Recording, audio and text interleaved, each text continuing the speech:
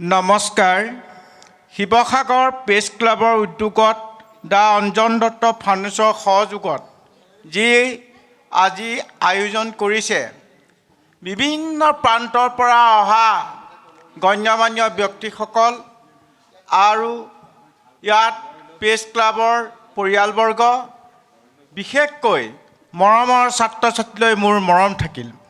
আচলতে মই যিবোৰ কাম কৰিছোঁ ধৰ্ম ৰাজনীতি অৰ্থনীতি আমাৰ এটাই ওপৰত প্ৰকৃতি, সেইদৰে ৰাজনীতি অৰ্থনীতি ধৰ্মনীতি আধাৰত মই প্ৰকৃতিৰ কাম কৰিছোঁ। মই বেলেগ ধৰণৰ কাম কৰা নাই। মই যি বুজি পাইছোঁ, মই যিখন হাবি বনাইছোঁ সেইটো বহু হিষ্ট্ৰিকেল এৰিয়া। ভাৰতৰ অন্তিমখন যুদ্ধ, অসমৰ শেষ পৰাজয়, ব্ৰিটিছ আৰু মানৰ তয়াময়া ৰণ মোৰ হাবিতে হৈছিল মগৰখুটি নামৰ ঠাইত 1826 খ্ৰীষ্টাব্দৰ 24 ফেব্ৰুৱাৰীৰ দিনা। আমাৰ বৰ্তমান এতিয়া উত্তৰ পূৰ্বত তেতিয়া এটা অসম আছিল, সেই নাই ব্ৰিটিছৰ অধীনলৈ গৈছিল। তাতে মোৰ জন্ম। মই সৰুতে দেখিছিলোঁ ব্ৰিটিছৰ দিনৰ জাহাজ ঘাট ঢাকা হৈ কলিকতা হৈ বস্তু অনা নিয়া কৰে আৰু সেইবোৰ ককিলামুখ বৰগোপত তাত জাহাজ ঘাটত নমাই তাৰ পৰা উজনি অসমৰ প্ৰথম ৰেল ষ্টেচন যোৰহাট জেপিয়াৰটো আছিল, তাতে বস্তুবোৰ আনে ককিলামুখৰ পৰা আনি তাত আপাৰ আছামটো ডিষ্ট্ৰিবিউশ্যন।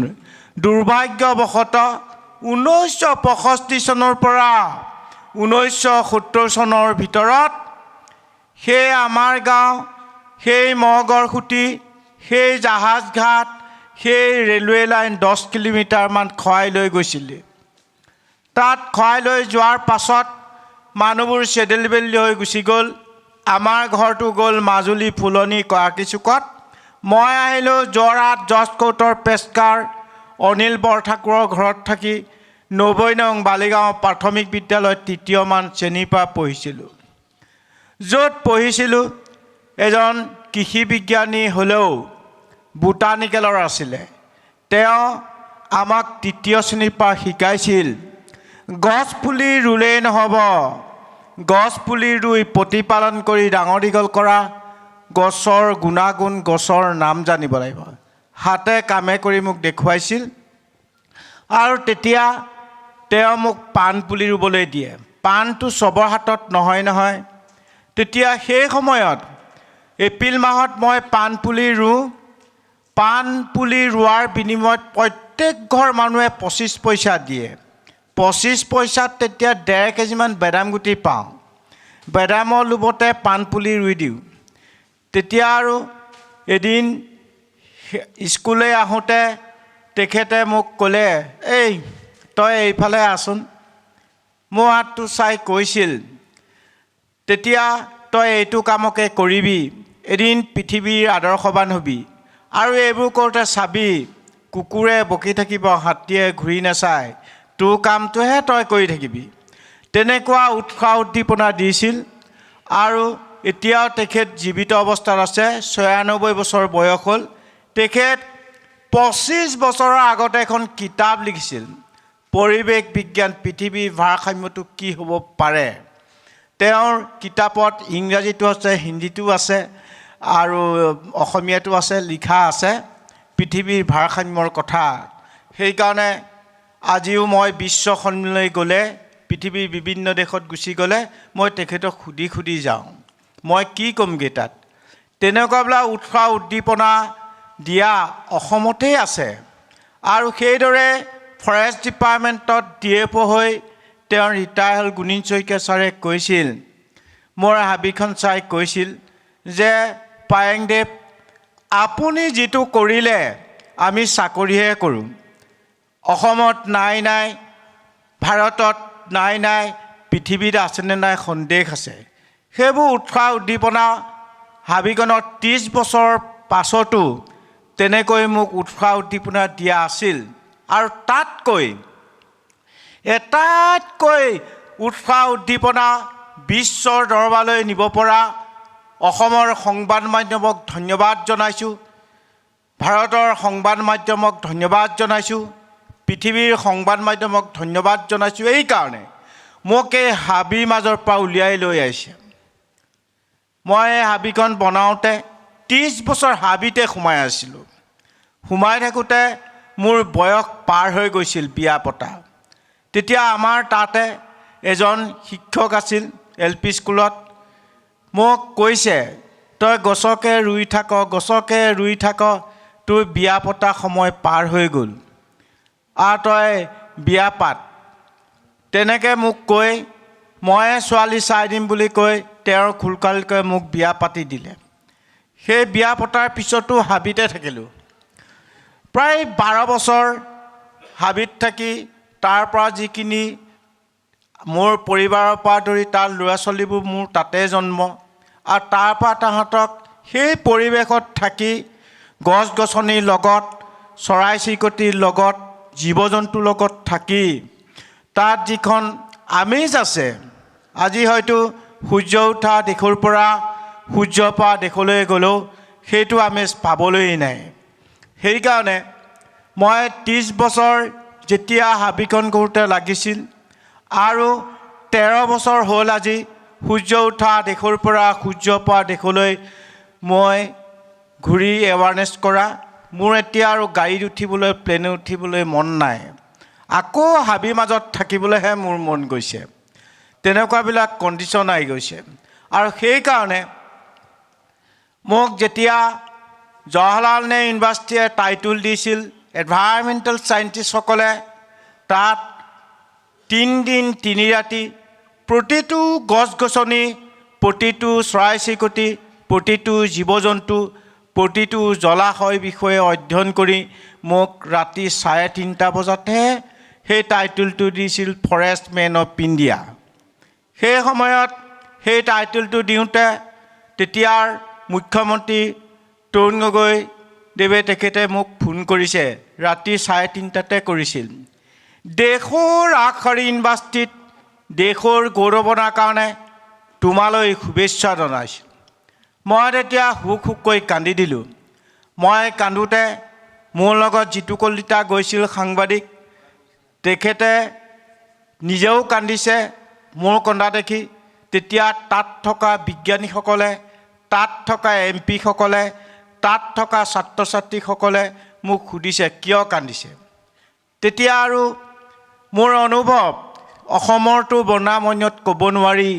তেতিয়া মই আৰু তাত ক'লোঁ যে মোৰ ল'ৰা ছোৱালীবোৰ সৰু সৰু, 3টা ল'ৰা ছোৱালী আছে, সৰু সৰু, মই হাবিতে এৰি থৈ আহিছোঁ, জীৱ জন্তুৰে ভৰা। আজি 7 দিন আছোঁ, সেইকাৰণে মনত পৰিছে, মোৰ চকু পানী ওলাইছে। মোৰ দুখ বেদনাটো এইটো লাগিছিল যে অসমত 3খনকৈ ইউনিভাৰ্চিটি আছে, নিচেই কাষতে টুকুলাই চাহ গৱেষণা কেন্দ্ৰ আছে, নিচেই কাষতে ৰিচাৰ্চ লেবৰেটৰী আছে, নিচেই কাষতে কৃষি বিশ্ববিদ্যালয় থাকোঁতে মোক জৱাহৰলাল নেহৰু ইউনিভাৰ্চিটিয়ে সেই হাবিৰ মাজৰ পৰা মাতি নিয়াৰ কাৰণে মই দুখ বেদনাত কান্দিলোঁ। যাই নওক, অসমলৈ আহিলোঁ। অসমলৈ আহি দেখিছোঁ যে মৰিয়নি জংচনত লখিমপুৰ গাৰ্লছ কলেজৰ ছাত্ৰীসকল ৰৈ আছে। মই নমাৰ লগে লগে, ছাৰ আপোনাক নিবলৈহে আহিছোঁ, ঘৰলৈ যাব নালাগে, আমি বাট চাই আছোঁ বোলে, 3 দিন আমিও খোৱা নাই বোলে, আপোনাক এই নেটত চাই আছোঁ। তেতিয়া লখিমপুৰত নি গাৰ্লছ কলেজত দি পেলাই মোক সম্বোধনা জনালে। সম্বোধনা জনাই থাকোঁতে আকৌ ইনভাইট কৰিলে চন্দ্ৰমুখনান হলত APJ আব্দুল কালাম ছাৰে। তাত পিছদিনাখন আকৌ বম্বেত গুচি গ'লোঁ চন্দ্ৰমুখনান হলত। যেতিয়া তাত সোমালোঁ, সোমাই মোক মূৰত হাত দি কৈছিল, বিশ্বৰ আটাইতকৈ ভাল কাম কৰাৰ কাৰণে তোমাক 60 কেজি ডায়মণ্ড চেৱাৰ 2.5 লাখ টকা চেক দিছোঁ। বিশ্ববাসীৰ কাৰণে কৰিবলৈ কৈছোঁ। आपका सब जगह स्कूल एंड कॉलेज यूनिवर्सिटी बड़ा बड़ा मीटिंग में मत जाइए। ये नहीं इंडिया में इन्वाइट करेगा जाने पड़ेगा, ऐसे ही नहीं, ऑल ओवर वर्ल्ड जब इन्वाइट करेगा आप जाने पड़ेगा। मोर आको 3 दिन पिছত आको আহিল इवेंट ग्लोबल कपाय पेरिस। তেতিয়া আৰু 3 দিন পিছত আকৌ ফ্ৰান্সলৈ গ'লোঁ। ফ্ৰান্সত মই কোনোদিন মানে প্লেনত উঠি পোৱা নাই, কোনোদিন মানে হেৰিত বিদেশত গৈ পোৱা নাই, ভয় লাগিছে মৰিম নে বাচিম। তেনেকুৱাতে আৰু আমাৰ যোৰহাট উপায়ুক্তই ক'লে যে আপোনাৰ পাছপোৰ্ট ভিছাটো কলিকতাত দিব। তেতিয়া মোৰ পাছপোৰ্ট ভিছা নাছিল, তেতিয়া কলিকতাত দিব বুলি কৈ পেলাই 2 দিন ভাৰত বন্ধ দিছে, আপুনি তাত যাব, তাত গুচি যাওক, 2 দিনৰ আগত যাব লাগিব। কলিকতাত যেতিয়া পাছপোৰ্ট ভিছা পাইছোঁ, প্লেনত যেতিয়া বহিছোঁ, 450টা ছিট আছে, তাত ফিটা মাৰিছোঁ। ফিটা মাৰি তেতিয়া ভয় লাগিছে মৰিম নে বাচিম ঠিক নাই। তেতিয়া তাৰপৰা দেখিছোঁ যে ফৰেনাৰবিলাক তাত 450জনে কি কৰিছে, তাৰে এজন মই, তেওঁলোকে ৱাইনছ বহুত পায় মানে ইণ্টাৰনেশ্যনেল প্লেনত, তেওঁলোকে পূৰা খাইছে। মই বোলো মোৰ ভয়টো গুচি যাবৰ কাৰণে, মৰিম নে বাচিম গুচি যাবৰ কাৰণে কলিকতাৰ পৰা আৰবৰ দহালৈ 3 বটল, আৰবৰ দহাৰ পৰা ছুইজাৰলেণ্ড জেনিভালৈকে 2 বটল খাই যেনে তেনে ফ্ৰান্স পাইছোঁ। তেতিয়া যিটো কলি তাক কৈছোঁ, চা গছে মোক কাপোৰ পিন্ধাইছে, চৰাই 7 সাগৰ 13 নদী পাৰ কৰি সূৰ্য উঠা দেশৰ পৰা সূৰ্য পৰা দেশলৈ আনিছে, অন্যটো অনা নাই। গতিকে গছ গছনিৰ পৰা, চৰাই চিৰিকটিৰ পৰা, জীৱ জন্তুৰ পৰা আমি শিকিব লগা কিমান আছে। পিছদিনা যেতিয়া ইভেণ্ট হ'ল, সমগ্ৰ বিশ্বৰ 195খন দেশৰ বিজ্ঞানীসকলে ঘোষণা কৰিলে যে গছৰ অবিহনে আৰু পৃথিৱীক কোনেও বচাব নোৱাৰে। সমগ্ৰ বিশ্বই ধ্বংস কৰাৰ বিনিময়ত এজন মানুহে সৃষ্টি কৰাৰ কাৰণে মোক তাত বিশ্বৰ সেইখন কিতাপত আৰু এজোপা গছপুলি ৰুবলৈ লৈ গৈছিল। গছপুলিটো যেতিয়া বহুৱাই দিছিলোঁ, পৃথিৱীৰ যিমান ধৰ্মাৱলী লোকসকল আছে তেওঁলোকে তাত অকণ অকণ মাটি দি দি নিজৰ ধৰ্মত বিলাপ কৰিছিল আৰু কিছুৱে ডেন্স দিছে, তেনেকৈ উপাসনা কৰিছিল।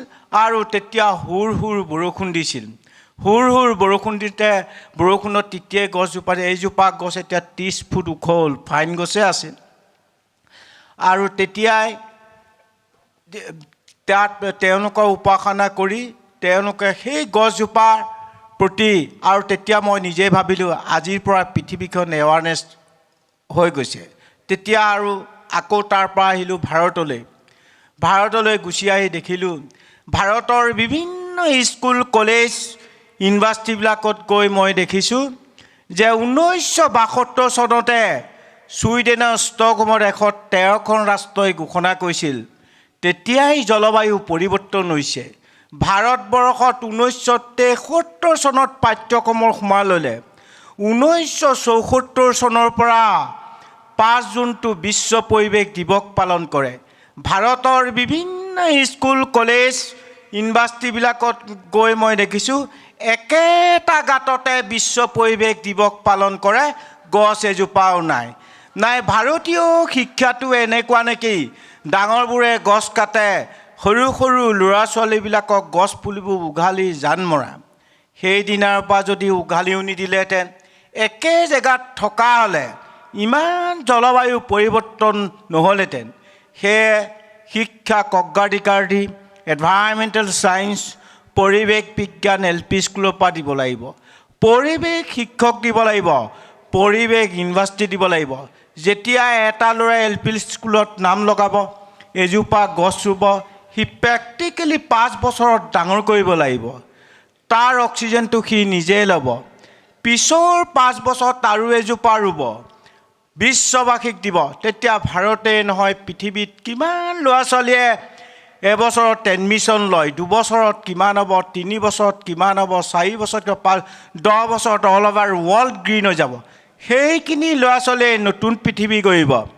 ইহঁতে ৰোৱা গছ কোনোদিন কাটিব নিদিব, ইহঁতৰ গছৰ ওপৰত পৰা চৰাই মাৰিব নিদিব, ইহঁতৰ গছৰ তলত থকা জীৱ জন্তু মাৰিবলৈ সেই আদিম যুগৰ পৰা সংৰক্ষণ নকৰা তাহাঁতে পাৰিব, আনে নহয়। বুঢ়া শালিকাই মাত নলয়, আমি কটা মাত পাৰ কৰি দিলোঁ। আৰু সেয়েহে বহু চিন্তা চৰ্চা কৰি আজি সেই বিষয়টো ভাৰতবৰ্ষতে হৈছিল MGMত। তাত 32,000 ছাত্ৰ ছাত্ৰী আছিল 2014ত। ৰাষ্ট্ৰীয় শিক্ষানীতি যিটো আছে, তেতিয়া মোক এৱাৰ্ড দিবলৈকে মাতিছিল সেইখনত।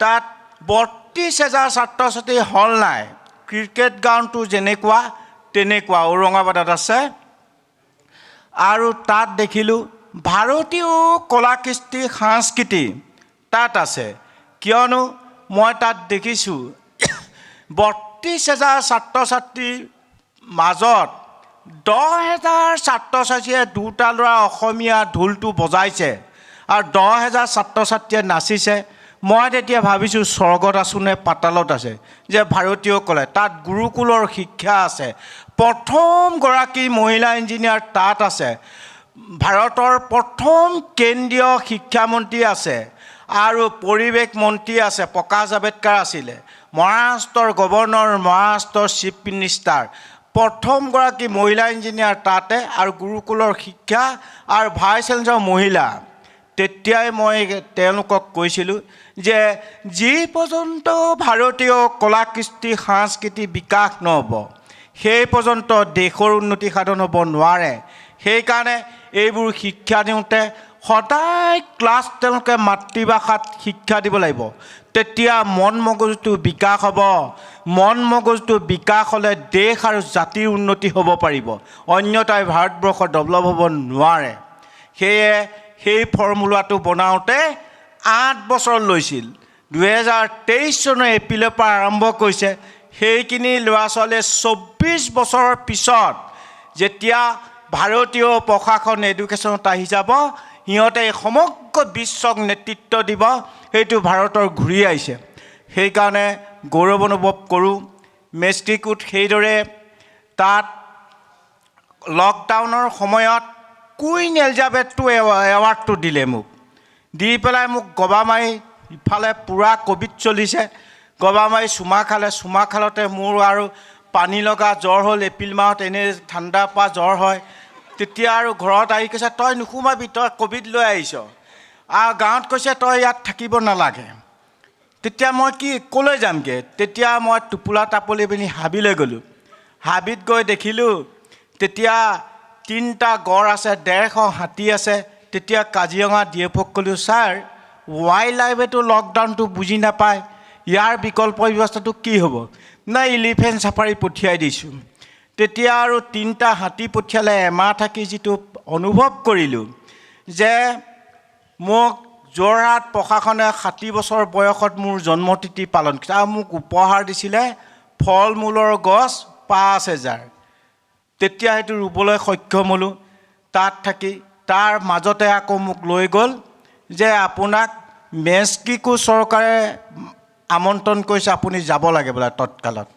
তেতিয়া ক'ভিডত ঘৰত নোসোমালোঁ আৰু লকডাউনত বাহিৰে দিল্লীত যেতিয়া পাইছোঁ ভিছা অফিচত কৈছে আপোনাক 10 বছৰ ভিছা দিছে তেতিয়া আৰু ফ্লাইটত যায় 550 ছিট আছে গৈছোঁ 35 জন তাত গৈ যেতিয়া পাইছোঁগৈ মেক্সিকোত তেতিয়া ইউনেস্কোৰ ব্ৰেণ্ড এম্বেছাডৰ প্ৰট'কলৰ মাজত পাতিছে পাতি ৰিবট বহুৱাই মাজত এটা মানুহ ডিষ্টেঞ্চ ৰাখি ইউনেস্কোৰ ব্ৰেণ্ড এম্বেছাডৰ মোক লগ পাবলৈ আহিছিল তেতিয়া মই কৈছিলোঁ যে সমগ্ৰ বিশ্বই যদি বছৰেকত 7 দিন লকডাউন দিয়ে পৃথিৱীৰ ভাৰসাম্যটো ঘূৰি আহিব আৰু মহিলাসকলক 60% সংৰক্ষণ দিব লাগিব কিয় মানৱ সম্পদ পৃথিৱীৰ ভাৰসাম্য ৰক্ষা কৰাত মহিলাৰ যিটো ভূমিকা থাকে সেইটো পুৰুষৰ নাথাকে কাৰণ মোৰ ঘৰতে ল'ৰা ছোৱালী 3টা নহয় মোৰ ল'ৰা ছোৱালী মাকে 3 চাট মাৰিলে মা মোক ভাত দে বুলি কয় মই এচাট মাৰিলে ঘৰৰ পৰা ওলাই যায়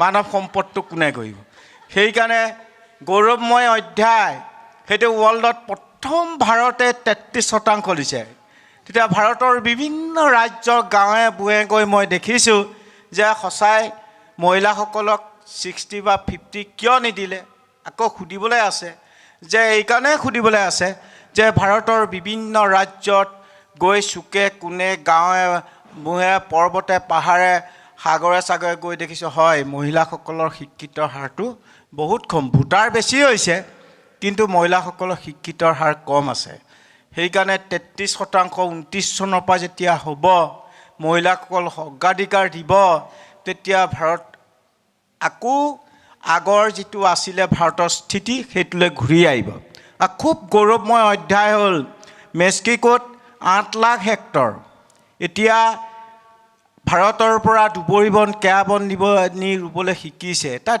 3-4 বিধ ভেৰাইটিজ গছ আছে, বিশেষকৈ একো নাই।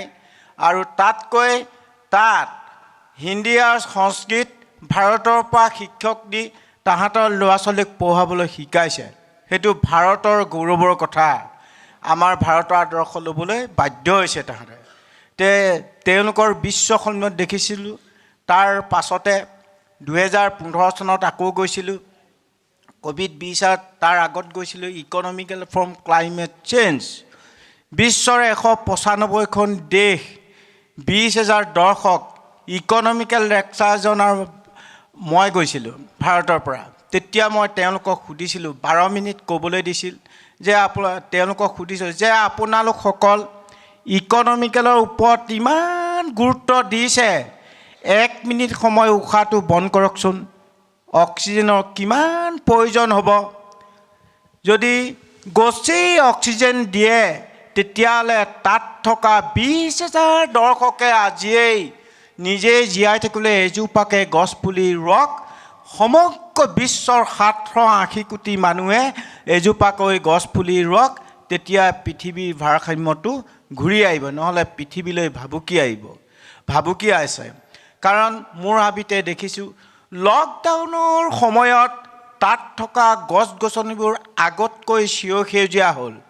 তাত থকা জীৱ জন্তু মুক্ত বিচৰণভূমি হ'ল, চৰাই চিৰিকটিবোৰ মুক্ত বিচৰণ। তাত যিখিনি জলাশয় আছিল পানীবোৰ পৰিষ্কাৰ হৈ গ'ল। সেইকাৰণে মই ভাবোঁ সমগ্ৰ বিশ্বই যদি বছৰেকত 7 দিন লকডাউন দিয়ে, পৃথিৱীৰ ভাৰসাম্যটো ঘূৰি আহিব। কলিকতা তেতিয়া নীলা আকাশ নেদেখে, তেতিয়া দেখা গৈছিল। আৰু সেইদৰে গোটেই বিষয়বস্তুবিলাক লকডাউনৰ সময়তো পৃথিৱীখন ঘূৰি বিশ্ব সন্মিলনবিলাক গৈ যিটো অনুভৱ কৰিছোঁ, যে মই অসমত শদিয়াৰ পৰা ধুবুৰীলৈ গৈ যিটো অনুতাপ কৰিছোঁ। আজি যোৱা এপ্ৰিল মাহত শদিয়াৰ পৰা ধুবুৰীলৈ ব্ৰহ্মপুত্ৰ ভূ জৰীপ বিভাগে 2 বছৰ ছাৰ্ভে কৰিলে। ছাৰ্ভে কৰি তেওঁলোকে পালে যে মহাবাহু ব্ৰহ্মপুত্ৰৰ বুকত 58টা নতুন চৰ চাপৰি হৈছে। সেই 58টা চৰ চাপৰিত কি হ'ব এতিয়া? আমাৰতো অলৰেডি 100 বছৰৰ ভিতৰত পানী নাইকিয়া হ'ব বুলি কৈছে। উত্তৰ পূব অলৰেডি ব্ৰহ্মপুত্ৰত পানী নাইকিয়া হৈ গৈছে। আৰু শদিয়াৰ পৰা ধুবুৰীলৈকে যিমান দলং আছে মহাবাহু ব্ৰহ্মপুত্ৰৰ ওপৰত, চব দক্ষিণলৈ নদীটো গুচি আহিলে। আপোনাৰ শদিয়াত এতিয়া ব্ৰহ্মপুত্ৰত পানী নেদেখিব, বগীবিলত পানী নেদেখিব। মাজুলী যিখন দলং আছে তাৰ পৰা পানীটো এটেক হৈ পেলাই যোৰহাট গুচি আহিছে, শিৱসাগৰ যোৰহাটলৈ গুচি আহিছে, গোলাঘাটলৈকে এখন মেইন নদীটো ইয়াত হ'ল। আৰু এমাহৰ আগত ভূ জৈৱৰ ডিৰেক্টৰ মোৰ হাবিলৈ আহিছিল জাহাজ লৈ। তেতিয়া তেওঁ নদী বোলে এইটোৱে হ'ব, মাজুলীলৈ নদী নাই। এতিয়া মাজুলীত ফেৰী বন্ধ হৈ গ'ল, নদী নাইকিয়া হৈ গ'ল। তেনেকুৱাবিলাক আমাৰ কণ্ডিশ্যন আহিছে। আৰু সেইকাৰণে মই ভাবোঁ এইবোৰ নিয়ন্ত্ৰণ কৰিবলৈ হ'লে গুৱাহাটীত PSFৰ লগত কথা পাতিছোঁ যে এই 58টা চৰ চাপৰিটোত কি কৰিব লাগিব, যে তাত হাতীৰ খাদ্য, বান্দৰৰ খাদ্য ৰুব লাগিব। কিয়নো হাতী আৰু মানুহৰ সংঘাত, বান্দৰ আৰু মানুহৰ সংঘাত কমি যাব। তাহাঁতৰ যি খাদ্য আছে সেই 58টা চৰ। অসমৰ মাটি নাই, অসমৰ মাটি মহাবাহু ব্ৰহ্মপুত্ৰৰ বুকত 4ভাগৰ 3 অংশ চৰ চাপৰি আছে। সেইখিনি ফিল আপ কৰি দিলে আমাৰ মানুহ আৰু হাতীৰ সংঘাত কমিব, বান্দৰ আৰু বান্দৰৰ ক্ষমতা পৰ্যন্ত বেছি হৈ গৈছে। হয়, বান্দৰে বছৰেকত 3 বাৰ পোৱালি দিয়ে। এতিয়া উপায়ুক্তসকল, ফৰেষ্ট ডিপাৰ্টমেণ্ট, PSFক কৈছোঁ যে আইনত গৃহীত হ'লে পাৰিব ট্ৰাংকুলাইজ কৰি পেলাই বান্দৰৰ প্ৰজনন ক্ষমতাটো কমাব পাৰি নেকি? তাৰ বাদতো বিকল্প ব্যৱস্থা নহ'ব। সেইকাৰণে সেইটো সিদ্ধান্ত ল'বলৈ সংসদত গৃহীত কৰিবলৈ কৈছোঁ। আৰু সেয়েহে যে আমি এতিয়া আপোনালোক অসমৰ মানুহে গছ পুলি ৰুব নালাগে, কালি গছ কাটিব নালাগে, উত্তৰে দক্ষিণে এৱাৰনেছটো কৰি দিলে হৈ গ'ল ছাত্ৰ ছাত্ৰীক। সেয়ে গোটেই বিশ্বৰ এতিয়া সেই হাবিখনলৈ এতিয়া বৰষাৰাণী গৱেষণা কেন্দ্ৰত চাইণ্টিষ্টৰ যিবোৰ ছাত্ৰ ছাত্ৰী আছে তাত গৱেষণা কৰিছে হাবিত। US-ৰ পৰা দুগৰাকী আছে, ইটালী, জাৰ্মান, ফ্ৰান্স, নৰৱেৰ পৰা আহিছে, চাইনা, টাইৱানৰ পৰা আহিছে, যে অকলে গঢ়া হাবিখন কেনেকুৱা তাকে চাবলৈ আহে। আৰু তাতকৈ ভাল লগা কথাটো হ'ল যে 45জন দেহৰাদুনৰ পৰা IFS আহিছে।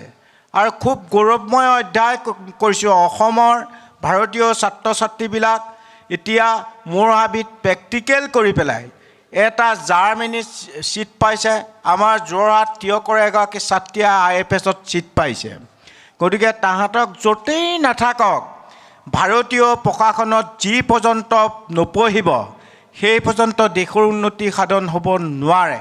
কাৰণ 2020 চনত মাচুৰীত IAS-ৰ 5টা আছে, IFS-ত এটাও নহয়, IPS-ত এটা নহয়, যে আমাৰ ল'ৰা ছোৱালী কি পঢ়ে?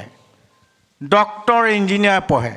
ডক্টৰ ইঞ্জিনিয়াৰ কেতিয়া পঢ়িবলৈ যায়? হায়াৰ ছেকেণ্ডেৰী পাছ কৰি গুচি যায়। মন মগজুটো বিকাশ নহয়। মন মগজুটো বিকাশ নহ'লে 10টামান মানুহ মৰাৰ পিছত ডক্টৰ হ'ব, 10বাৰমান বেয়া কাম কৰাৰ পিছত ইঞ্জিনিয়াৰ হ'ব। কাৰণ মই ক্লাছ লৈ পাইছোঁ তামিলনাডুত, তাত আয়ুৰ্বেদিক ডক্টৰ, মেডিচাইন ডাক্তৰ হ'ব, বোটানিকেলৰ কিতাপখন চাই পেলাই গছৰ নামবোৰ লিখি আছে। মই ফটককৈ সোমালে, মোক এৱাৰ্ড দিবলৈকে মাতিছিল। ফটককৈ সোমালে, তোমালোক যে এই গছৰ নামবোৰ লিখিছা, গছবোৰ চিনি পোৱা নে? তেতিয়া কৈছে বোলে নেপাওঁ। তেতিয়াহ'লে কেনেকৈ মেডিচিন ডাক্তৰ হ'বা?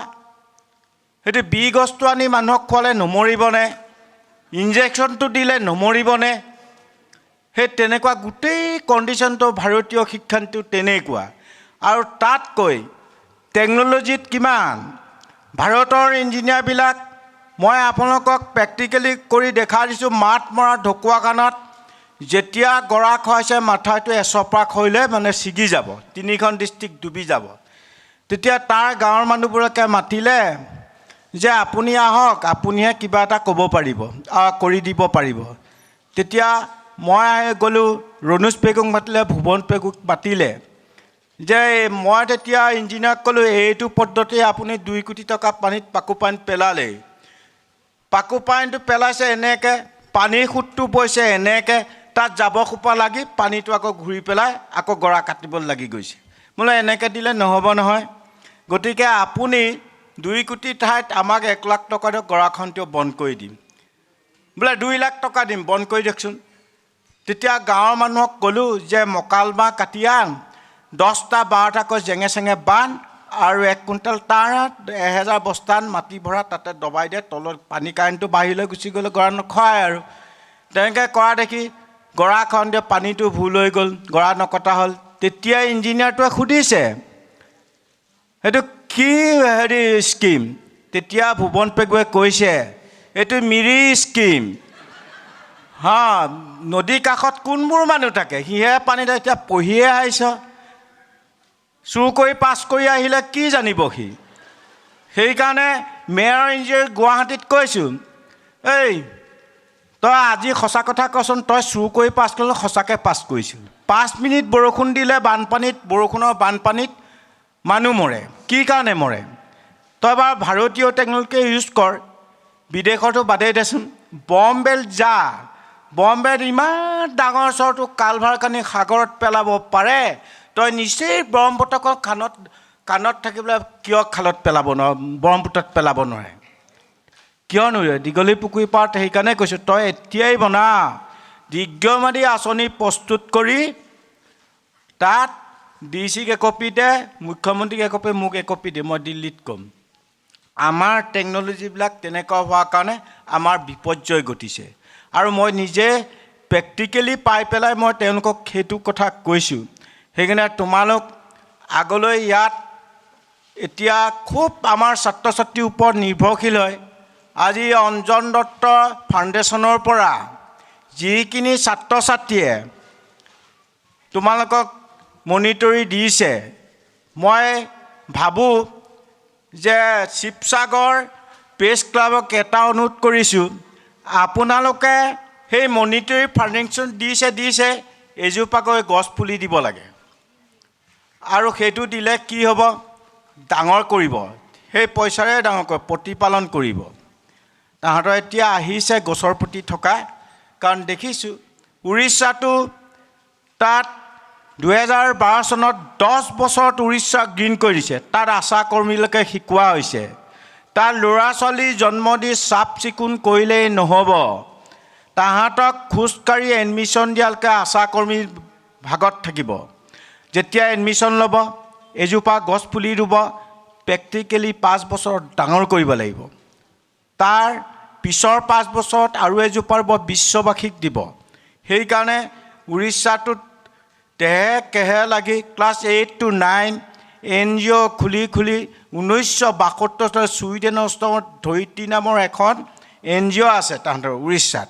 গোটেই ফাণ্ডবিলাক জমা কৰি তেওঁলোকে কি কৰিলে, সেই ফাণ্ডটো যে এই ভাৰতবৰ্ষত তেনেকুৱা NGOবিলাক খুলি যিখিনিয়ে গ্ৰীণ কৰিছে, গছ ৰুইছে, তেওঁলোকক মূৰ হতুৱাই 12 বছৰত 3 কোটি টকা বিলাইছে, মূৰ হতুৱাই দিছে। তেখেত আহিলে দিম, তেখেতৰ আদৰ্শতে এতিয়া ভাৰত চৰকাৰে উৰিষ্যাৰ পৰাই গ্ৰীণ ইণ্ডিয়া কৰিছে। সেইকাৰণে লক্ষ্যটো এইটোৱে, গ্ৰীণ ইণ্ডিয়া কৰা মোৰ লক্ষ্য। যে কেনেকৈ কৰিব, মই অকলেতো কৰিব নোৱাৰিম। সেইকাৰণে নতুন প্ৰজন্মৰ ওপৰত গুৰুত্ব আছে। আগত জন্মতিথিত কি কৰিছিলে, কেক কাটিছিল, কেকৰ বদলি এজোপা গছ পুলি ৰুব লাগিব। যিমান বন্ধু বান্ধৱী মাতিব, এজোপাকৈ গছ পুলি দিলে, ৰুলে আৰু সেইখিনি প্ৰতিপালন কৰিলে গ্ৰীণ ইণ্ডিয়া সোনকালে হ'ব, গ্ৰীণ ৱৰ্ল্ড সোনকালে হ'ব। প্ৰত্যেকে সেইটো কৰিলে সোনকালে সেউজীয়া অসম, আৰু সেউজীয়া অসমখন সেউজীয়া কৰি ৰাখিবৰ কাৰণে সেইকাৰণে কৈছোঁ, আমাৰ তাতে এটা শান্তি আশ্ৰম আছে। তাত বিশ্ব সন্মিলন পাতিছিল 2016 চনত। তেতিয়া কৈছিল, বিশ্বৰ বিভিন্ন প্ৰান্তৰ পকীবোৱাই কৈছে, আসাম में पेशाब करने के भी जमीन नहीं है। তেতিয়া মই বালি এটুকুৰাত নিহে পেচাব খুৱাইছোঁ। চব আয়ুৰ্বেদিক ঔষধেৰে ভৰা, য'ত আয়ুৰ্বেদিক ঔষধ থাকিব তাতে ৱাইল্ড এনিমেল চৰাই চিৰিকটি থাকিব পাৰে। উত্তৰ পূৰ্বাঞ্চলৰ ভিতৰত মাত্ৰ অসমখনেই আছে। ইমান ধুনীয়া অসমখন আমি সংৰক্ষণ কৰিব নজনাটো কম দুৰ্ভাগ্যজনক বিষয়নে? আপোনালোকে একো কৰিব লাগে। আৰু এই কথাও জনা দৰকাৰ, ছাত্ৰ ছাত্ৰীসকল, গছ পুলি যেতিয়াই তেতিয়াই ৰুব নালাগে। মৌচুম টাইমত গছ পুলি ৰুলে, মৌচুম মানে কেতিয়া আহে, উত্তৰ পূৰ্বাঞ্চলৰ মৌচুমটো 5 মাহ আগতে আহি যায়। মাৰ্চৰ লাষ্টৰ পৰা এপ্ৰিল মে জুন জুলাই তেতিয়া আহি গ'লে কি হয়, তেতিয়া গছ পুলিটো ৰুলে নমৰে, পাম দিয়ে। এতিয়া যদি গছ পুলি ৰুৱে, পানীও দি থাকে, সি মৰি যাব। কিয় মৰি যাব? সি শিপা মেলিব নোৱাৰে, পাম দিব নোৱাৰে। নোৱাৰাৰ কাৰণে ঘাই শিপাটো তেতুৰা খাই শিপাটো শুকাই মৰি থাকিব। আৰু সেইদৰে আগষ্ট মাহত ৰুলে কিয় অভাৰ ফ্লাড হয়, জেক হৈ যায় মাটিটো। জেক হৈ গ'লে তেতিয়া পাম দিব নোৱাৰে, ঘাই শিপাটো গেলি মৰি থাকে। গছৰ ৰোৱাত নিয়ম আছে। সেইকাৰণে এই গছবোৰ ৰুওঁতে মৌচুম টাইমত গছ পুলি ৰুলে, এতিয়া যেনেকৈ আছে তেনেকৈ থৈ মাৰ্চৰ লাষ্টৰ পৰা গছ পুলি ৰুলে সেইবোৰ পুলিত পানী দিব নালাগে, নিজে হ'ব। বৰষুণো আহিব, নিজে হ'ব। তেনেকুৱা আমাৰ ৰাজ্যৰ উত্তৰ পূৰ্বাঞ্চলত আছে। মহাৰাষ্ট্ৰটো 4 মাহ বেগ, কেৰেলা, তামিলনাডু, বাংগালুৰুটো 3 মাহ বেগ, আৰু তামিলনাডু 6 মাহ বেগ। তামিলনাডুত 2 বাৰ মৌচুম আহে। সেইকাৰণে ভাৰতবৰ্ষৰ প্ৰত্যেকখন ৰাজ্যৰ মৌচুমটো বেলেগ বেলেগ ধৰণৰ। মৌচুম টাইমত গছ পুলি ৰুলে গ্ৰীণ ইণ্ডিয়া সোনকালে হ'ব। যিবোৰ দেশ আছে সেইবোৰ মৌচুম টাইমত যদি গছ পুলি ৰুৱে, গ্ৰীণ ৱৰ্ল্ড সোনকালে হৈ যাব। সেইকাৰণে সেই কথাবিলাক মনত ৰাখি ৰুব লাগে। আমি গছ পুলি যেতিয়াই তেতিয়াই ৰুব নালাগে। সেইকাৰণে আশা ৰাখিছোঁ, গ্ৰীণ ইনিচিয়েটিভ বুলি এতিয়া মই 550 হেক্টৰ ৰুলোঁ। মোৰ ছোৱালীজনীক গাঁৱৰ মানুহক লৈ পেলাই তেওঁলোকে ফাউণ্ডাৰটো দিছে। তেওঁলোকে 10 লাখ পুলি ৰুলে, সেউজীয়া হৈ গ'ল গছ। তাৰমানে নেচাৰেলি যিবোৰ লোকেল গছ সেইবোৰে ৰুব লাগিব, আৰ্টিফিচিয়েল গছ বহিৰাজ্যৰ পৰা আনিব নালাগে। সেইকাৰণে এই কথাবিলাক নিজে জানি পেলাই নিজে কৰিব লাগিব। হাতে কামে কৰা কামটো খুব দৰকাৰ। সেইকাৰণে মই ভাবোঁ অসমৰ মানুহ গছ পুলি ৰোৱাতকৈ গছ নোৰোৱাকৈ এৱাৰনেছটো কৰিলে শদিয়াৰ পৰা ধুবুলে উত্তৰে দক্ষিণে কৰিলে গ্ৰীণ ইণ্ডিয়া গ্ৰীণ আছাম সোনকালে হ'ব। তাৰ বাদে বিকল্প ব্যৱস্থা নাই। এতিয়া জলবায়ু পৰিৱৰ্তনত আমি ভাবোঁ অকল এণ্টাৰ্কটিকাতে বৰফ থাকে, সুমেৰুতে বৰফ থাকে, হিমালয়তে বৰফ থাকে, সেয়া নহয়। সাগৰৰ মাজতো বৰফ থাকে। সেই বৰফবোৰ কি হৈছে, গোলকীয় উষ্ণতাত উত্তপ্ত সৃষ্টি হয়। যেতিয়া তুফান আহে, বাৰ্মুলিবোৰ আহে, পৃথিৱীৰ বিভিন্ন পৰ্বত পাৰত এটেক হয়। এটেক হ'লে ৰিটাৰ্ণ টু বেক হ'লে ধাৰাসাৰ গৰম বৰফবোৰ পৰে, মাটিত থকা বৰফবোৰ বেছিকৈ গলিবলৈ আৰম্ভ কৰিছে আৰু সেইবোৰ গলাৰ কাৰণে কি হৈছে, সাগৰৰ পৃষ্ঠাটো বাঢ়ি গৈছে। সাগৰৰ পৃষ্ঠা এতিয়া 9 ইঞ্চি ওপৰ হৈ গ'ল। সাগৰ কাষত থকা দেশবোৰ এতিয়া বালেশ্বৰ মন্দিৰৰ পৰা ধৰি জগন্নাথ মন্দিৰৰ পৰা ধৰি পুৰীৰ পৰা ধৰি সিহঁতৰ সাগৰ পৃষ্ঠা বহুত ওপৰলৈ মন্দিৰৰ কাষলৈ গুচি আহিছে। তেনেকুৱাবিলাক আমাৰ ভাৰতবৰ্ষত আপোনাৰ এইটো তামিলনাডু, কেৰেলা, বম্বে, কলকাতা এইবোৰ পানীৰ তলৈ 6 মিটাৰ 7 মিটাৰ গুচি যাব। এইকাৰণে আমালৈ দুৰ্যোগ আহিছে। আৰু উত্তৰ পূৰ্বাঞ্চলতো 100 বছৰৰ ভিতৰত পানী নাইকিয়া হৈ যাব। এতিয়া অলৰেডি ব্ৰহ্মপুত্ৰত পানী বহুত হ্ৰাস হৈ গৈছে। সেইকাৰণে আমাৰ পানী বুলি মৰে। এতিয়া কেতিয়াবা অনুতাপ কৰিছেনে যে আহোম ৰজাই এই পুখুৰীটো কিয় খান্দিছিলে? কিয় খান্দিছিলে মনত আছেনে বাৰু? আপোনালোকে ইয়াতে শিৱসাগৰবাসী ইয়াতে থাকে। কিয় খান্দিছিলে এইটো অনুভৱ আছেনে? উদয়পুৰৰ ৰাণা প্ৰতাপ সিঙে কিয় পুখুৰীটো 26 কিলোমিটাৰ খান্দিছিল জানেনে? সেইবোৰ তেওঁলোকে পানী বেলেঞ্চটো জানে। এই পুখুৰীটো থকাৰ কাৰণে শিৱসাগৰ প্ৰত্যেক মানুহৰ আগত ঘৰে ঘৰে পুখুৰী আছিল। পুখুৰী থকাৰ পানী বেলেঞ্চটো থাকে। ইয়াত পানী এই পুখুৰীটোত শুকালেও এফুট শুকাব, বাঢ়িলেও এফুটে বাঢ়িব। সেইদৰে উদয়পুৰত বাঢ়িলেও এফুট বাঢ়িব, কমিলেও এফুটে কমিব। তেনেকুৱা বেলেঞ্চ। আৰু উদয়পুৰৰ ৰাণা প্ৰতাপ সিঙৰ উদ্যানটোত মাটিৰ তলেদি পাইপ বহুৱাই তলত ফৰেষ্ট বনাইছে মৰুভূমিৰ মাজত। তেতিয়া চিন্তা কৰক, তেতিয়া আমাৰ আহোম ৰজাই বিজ্ঞানী আছিল, ৰাণা প্ৰতাপে বিজ্ঞানী আছিল। পানীয়ে প্ৰাণ আৰু গছ ৰুইছিল। কিয় ৰুইছিল? সেই দুটা বস্তু নহ'লে আমি জীয়াই থাকিব নোৱাৰোঁ। নোহোৱাৰ কাৰণে তেওঁলোকে সেই বিষয়ে বেছি জানে। আমি তেতিয়া দেখা পোৱা যায় আমাৰ যিমান শাস্ত্ৰ, মহাভাৰত, ৰামায়ণ, ভাগৱত যিমানবোৰ আছে, যিসকল গুৰু আছে তেওঁলোকে গছৰ তলত অধ্যয়ন। শংকৰ মাধৱে কেতিয়াও তেওঁলোকৰ চাৰ্টিফিকেট আছিল জানো? হৰজত মহম্মদৰ চাৰ্টিফিকেট আছিল জানো? বুদ্ধদেৱৰ চাৰ্টিফিকেট আছিল জানো? যীশুখ্ৰীষ্টৰ চাৰ্টিফিকেট আছিল জানো? তেওঁলোকে সেই সময়ত মানৱ সম্পদ গঢ়িবলৈ জ্ঞানৰ যিটো বিকাশ সেইটো দিয়াৰ কাৰণে সমগ্ৰ বিশ্বই আঁকোৱালি লৈছিল। তেওঁলোকৰতো চাৰ্টিফিকেট নাই। আজি কিন্তু চাৰ্টিফিকেট থকাবোৰ কি কৰিছে? পৃথিৱীৰ ভাৰসাম্য হেৰুৱাই গৈছে। যিদিনা গছে আমাক কাপোৰ পিন্ধাবলৈ শিকাইছিল, চৰাই আকাশত উৰিবলৈ শিকাইছিল, সেইদিন ধৰি সমগ্ৰ বিশ্বই প্ৰকৃতিক দাস হিচাপে ব্যৱহাৰ কৰাৰ ফলত জলবায়ু পৰিৱৰ্তনৰ COVID-19 আহি গৈছে। বাপেক মৰিলেও চুব নোৱাৰে, মাক মৰিলেও চুব নোৱাৰে। তেতিয়া আমাৰ ডক্তৰ, ইঞ্জিনিয়াৰ, বিজ্ঞানীসকল ক'লৈ গ'ল? কিয় ধৰিব নোৱাৰে? ক'ভিডততো আমি থকা নাই। ক'ত ক'ভিডটো আছেনে? উত্তৰ পূৰ্বাঞ্চলত ক'ভিড আহিব নোৱাৰে। চব আয়ুৰ্বেদী ঔষধৰে ভৰা।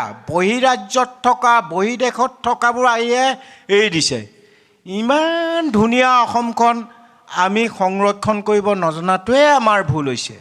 সেইকাৰণে আমি ভাবোঁ আমি যিমান বিশ্ব সন্মিলন পাতে তাত দুবৰি বন, কেৰা বন এতিয়া মেক্সিকো ৰুবলৈ শিকিছেহে। তেতিয়াহ'লে চাওকচোন আমি কি কৰিছোঁ? পেচাব কৰি দিছোঁ তাতে। সেইটো দৰৱ নহয় জানো? আমিয়ে গম নাপাওঁ। সেইকাৰণে গোটেই বিষয়বস্তুবিলাক ইয়াতে আছে, চব অসমতে আছে, উত্তৰ পূৰ্বাঞ্চলতে চববিলাক আছে। এতিয়া আয়ুৰ্বেদী ঔষধ 101টা হ'লে আহোমেই হওক, মিচিঙেই হওক, দেউৰীয়ে হওক, 101টা গছৰ পাত শিপা ল'লেহে আপোংটো বনাব পাৰে, সাজটো বনাব পাৰে। এনেই নহ'লে বনাব পাৰেনে? গছ গছনি ৰুবই লাগিব, হাবিতে পায়। সেইসোপা দৰৱ আমাতকৈ আইতা ককাহঁতে বেছি জানে। সেইকাৰণে কিছুমান কথা শুনিব লগা বহু কাম আছে, মানে পাহাৰৰ আইতা ককাহঁতৰ পৰা শিকিব লগা বহু আছে। সেইদৰে টাইৱানৰ ৰাষ্ট্ৰপতি ভৱনৰ পৰা 10জন ছাত্ৰ ছাত্ৰী লৈ আহিলে। লৈ আহি মোৰ তাত গৈ হাবিত গৈ ভাত খালে। ভাত খাই মোক ক'লে যে ৰাষ্ট্ৰপতি মেমে আপোনাক ৰাষ্ট্ৰপতি ভৱনটো প্ৰথম আপোনাৰ হাতে কটোৱাব, সেইকাৰণে আপোনাক ফিতা কাটিবৰ কাৰণে আমন্ত্ৰণ কৰিবলৈ আহিছোঁ আমি। মই তাৰ পিছতে ছমাহ পিছত তাত গৈছোঁ। গৈ আৰু ফিতাটো কাটি ৰাষ্ট্ৰপতিগৰাকী ইমান মানে চিনচিয়াৰ, মানে 2 ঘণ্টাহে শুবলৈ দিয়ে। School, college, university of forest তাই দুবিধ গছ পুলি ৰুবলৈ দিয়ে। সেই দুবিধ গছটো হ'ল বগা চন্দন, ৰঙা চন্দন। তেতিয়া মই সুধিলোঁ যে বাকী ভেৰাইটিছ কিয় নোৰোৱাই, এই দুবিধ গছ পুলি ৰোৱাইছে? তেতিয়া কৈছে যে ইকনমিকেল ভেলুটো বহুত বেছি। 1 কেজি বগা চন্দনৰ 7,200 টকা, 1 কেজি ৰঙা চন্দনৰ 20,000। পৃথিৱীত এনে গছ নাই য'ত মিছাইল এৰিলে চব মৰি যাব কিন্তু ৰঙা চন্দন নমৰে। সেইকাৰণে চীন আৰু টাইৱানত সেইটো গছে ভৰ্তি। সেইকাৰণে আজি অলপ যোৱা বছৰটোত শিলচৰ IITত ওচৰত গৈছিলোঁ, PCFক কোৱাই ব্ৰহ্মপুত্ৰ বোৰ্ড, ফৰেষ্ট ডিপাৰ্টমেণ্ট আৰু এটাইবোৰে গোট খাই পেলাই তাত 1 হেক্টৰ ৰঙা চন্দন, উত্তৰ পূৰ্বাঞ্চলত ৰঙা চন্দন, চীন ওচৰতে আছে। যুদ্ধলৈ যদি বিচাৰি লৈ এতিয়া আমিতো মৰি যাম, চব মৰি যাব, ৰঙা চন্দনটো নমৰিব। বাংকাৰত সোমালেও আমিতো জীয়াই থাকিব পাৰিম। সেইকাৰণে ৰঙা চন্দনৰ প্লেণ্টেশ্যনটো উত্তৰ পূৰ্বাঞ্চলত বেছিকৈ ৰুবলৈ কৈছোঁ। স্কুল, কলেজ, ইউনিভাৰ্চিটিবিলাক য'তে যি পায়, মানুহক দেখুৱালেতো কাটি নিব। সেইকাৰণে স্কুল, কলেজ, ইউনিভাৰ্চিটিবিলাকত ৰুলে মানে সেইটো নাই। এতিয়া ডিব্ৰুগড় ইউনিভাৰ্চিটিত বহুতখিনি গছ ৰোৱা হ'ল সেইবোৰ বিষয়ে। কিন্তু আমাৰ দায়িত্ব আছে, অসমৰ ৰক্ষা কৰা আমাৰ দায়িত্ব আছে। এতিয়া গছ পুলি ৰুলেই নহ'ব, ডেভেলপমেণ্টটো লাগে। ডেভেলপমেণ্ট গছ-গছনি প্ৰকৃতি ধ্বংস কৰি নহয়। এতিয়া চৰকাৰৰ গাত দোষ নাই নহয়, কাৰ গাত দোষ আছে? মানে গোটেই বিষয়বস্তুবোৰ আপুনি চাব, ঘৰৰ পৰাই শিক্ষাটো ভুলেই আছে। এইকাৰণেই ভুল আছে, ঘৰত ককাই ভাই 2জন হ'ল নহয়, বিয়া পাতিলে বেলেগ হ'ল, তেতিয়া দেখিলে বেলেগ হৈ পেলাই কি কৰিলে, ককাকে ৰোৱাটোও কাটিছে, বাপেকে ৰোৱাটোও কাটিছে, নিজে গজাটোও কাটিছে, কাটি ঘৰ বনাইছে। আকৌ LP স্কুলত নাম লগালে, ল'ৰা ছোৱালীবোৰে LP স্কুলত দেখিলে চৰকাৰে বিল্ডিং গ্ৰাণ্ট দিলে, গছ কাটি পেলাইহে বিল্ডিংটো বনায়, ল'ৰা ছোৱালীবোৰ দেখি আছে। ইউনিভাৰ্চিটিলৈকে গছ কটাটোকে দেখুৱাইছে। গছ ৰুৱা আৰু খুব দুৰ্ভাগ্যজনক বিষয়, উত্তৰ পূৰ্বাঞ্চলত 4খন ৰাজ্যত ফৰেষ্টিং লাইফ ইউনিভাৰ্চিটিত পঢ়া আছে, কিন্তু অসমত নাই নহয়। কিয় নাই? আমাৰ অসমতে দৰকাৰ আছিল। ফৰেষ্টৰ বিষয়ে পঢ়া ইউনিভাৰ্চিটিত আমাৰ অসমত খুব জৰুৰী হৈছে। এই কথাটো আমাৰ বিষয়ববীয়াসকল জানে, এইকাৰণে ক'ব লাগে, চৰকাৰক স্থাপন কৰিব লাগে যে এই বিষয়টো কিয় নাই। চেণ্ট্ৰেল ইউনিভাৰ্চিটি আছে, তেজপুৰ ইউনিভাৰ্চিটিত, তাততো দিব পাৰে। দুখ লাগে অসমৰ ল'ৰা ছোৱালী মিজোৰাম ইউনিভাৰ্চিটিত গৈ যে কেলে অসমৰ নাই, বোলে নাই, ইয়াত পঢ়িবলৈ আহিছে। তহঁতে পাছ কৰি কি কৰিবিগৈ? ক'ত চাকৰি পাবি? তহঁতে চাকৰি নাপাওঁ। দিল্লী ইউনিভাৰ্চিটিত এনভাইৰমেণ্টেল ছায়েন্সত পঢ়ি পেলাই, গছ গছনিৰ বিষয়ে পঢ়ি সি PhD লৈ পেলাই এতিয়া কি কৰিব? এতিয়া চাকৰি বিচাৰি এটা কোম্পানীত থাকি এতিয়া মিজোৰাম ইউনিভাৰ্চিটিত গৈছে। আমাৰ শিক্ষাটো কিমান পিছ পৰি আছে ভাৰতৰ অন্যান্য ৰাজ্যতকৈ, এই কথাবিলাক মনত ৰখা খুব দৰকাৰ। আৰু খুব ভাল লাগিছে, জৱাহৰলাল নেহৰু ইউনিভাৰ্চিটিত বছৰেকত 6-7 বাৰ যাওঁ। শিৱসাগৰ ছাত্ৰী বহুত আছে তাত। শিৱসাগৰ, ডিব্ৰুগড়, তিনিচুকীয়া, যোৰহাট, লখিমপুৰ, এইবোৰ ছাত্ৰ ছাত্ৰীবোৰ তাত পাওঁ। সেইকাৰণে এতিয়া তাৰ পৰা যিখিনি ছাত্ৰ ছাত্ৰীয়ে পঢ়ি আহে, তাৰ শিক্ষাটো বেলেগ। ইহঁতে বহি থাকিব নালাগে, এপইণ্টমেণ্টটো কলেজত পায় আৰু ফটককৈ। সেইকাৰণে তোমালোক এতিয়া যিখিনি ছাত্ৰ ছাত্ৰীয়ে ইয়াত মনিটৰী পাইছা, তোমালোকে সেইবোৰ অন্য হ'লেও জৱাহৰলাল নেহৰু ইউনিভাৰ্চিটিৰ পৰা PhD লৈ আহিলে তাত পঢ়িলে তোমালোক বহি থাকিব নালাগে। এইকাৰণে সেইটো কথাটো জানিব লাগিব। আমাৰ পঢ়া শুনা আমাৰ অভিভাৱকসকলে এই কথাবিলাক জনা খুব প্ৰয়োজন আছে। মানে তাত কম পইচাত পঢ়িব, তাত ফিজ কিমান লয়? 350 টকাহে লয় মাহেকত। এই কথাবিলাকতো জানিব লাগিব। আৰু সেইটো অকল আমাৰ দেশৰ ল'ৰা ছোৱালীয়ে নপঢ়ে, পৃথিৱীৰ ল'ৰা ছোৱালী পঢ়ে। সেইকাৰণে তোমালোক অৰহৰ প্ৰচেষ্টাত আমাৰ ইউনিভাৰ্চিটিতকৈ তাত পঢ়িবলৈ চেষ্টা কৰিবা। তেতিয়া আমাৰ ছাত্ৰ ছাত্ৰীবোৰ যেতিয়া তাৰ পৰা ঘূৰি আহিব, আমাৰ ল'ৰা ছোৱালীক শিক্ষা দিব কেনেকৈ। তাততো ক্লাছ নলয় নহয়, গছৰ তলতে পঢ়িব লাগে। সেই কথাবিলাক মনত ৰাখিবা। তোমালোকে তাত অধ্যয়ন কৰিলে, মই বছৰেকত 6-7 বাৰ যাওঁ মানে সেইখন ইউনিভাৰ্চিটিলৈ। সেইকাৰণে আমাৰ অভিভাৱক যে দিল্লীত গ'লে যে মৰি যাব সেইটো কথা নহয়। সেইখনত বহুত ভাল মানে ল'ৰা ছোৱালী পঢ়োৱা বিষয়টো। সেইকাৰণে মই জানো কাৰণে আৰু মই গ'লে প্ৰায় তাত থাকোঁ। দিল্লীত গ'লে JNUত থাকোঁ। আৰু সেইবিলাক বিষয়লৈ ল'ৰা ছোৱালীৰ বিষয়ে দেখি পেলাই ভাল লাগিছে। আৰু বিশেষকৈ আমি যিমানবিলাক ছাত্ৰ ছাত্ৰী আছে এতিয়া যি অগ্ৰাধিকাৰ পাইছে পঢ়া শুনাত, চৰকাৰে যি ভূমিকা লৈছে সেইটোতো ধন্যবাদ জনাইছোঁ। আৰু তাতকৈ বহুত ডাঙৰ কথা, 2000 পলিটিচিয়ান লিডাৰবিলাকে কি 5 বছৰে থাকে। এতিয়া 5 বছৰ থাকোঁতে তেতিয়া কি হ'ব? আমাৰ এখেতসকল দাস পঢ়িছে নহয়, ACS পাছ কৰি আহিছে। মই সোণাপুৰত গৈ কৈছোঁ, তেতিয়া মই বোলে তোমালোক ইমান ভাগ্যৱান, এটকা নোহোৱাকৈও চাকৰিটো পাইছা। দেশ আৰু জাতিৰ উন্নতি কৰিবৰ কাৰণে তেওঁলোকে পাৰে, পলিটিচিয়ানে নোৱাৰে। কিয় নোৱাৰে? তেওঁলোক 34 বছৰ থাকে, পলিটিচিয়ান 5 বছৰ থাকে। মই ভাৰতৰ প্ৰধানমন্ত্ৰী হ'লোঁ 2014 চনত। মই কাক সুধিমগৈ? প্লেনিং অফিচাৰক সুধিব লাগিব যে ভাৰতবৰ্ষক ডেভেলপ হ'বৰ কাৰণে কি কি প্লেনিং আছে বনোৱাচোন। দিলে নহয় বনাই। প্লেনিং অফিচাৰ প্ৰকৃতিৰ কথা নাজানে, বনাই পেলাই দিলে অল অভাৰ ইণ্ডিয়া 4 লেন 6 লেন 9 লেনৰ কাৰণে ৰাস্তা পদূলি দেশৰ ডেভেলপমেণ্ট হ'ব নোৱাৰে। সেইকাৰণে এইটো প্লেনিংটো বনাই দিলে চহী কৰি।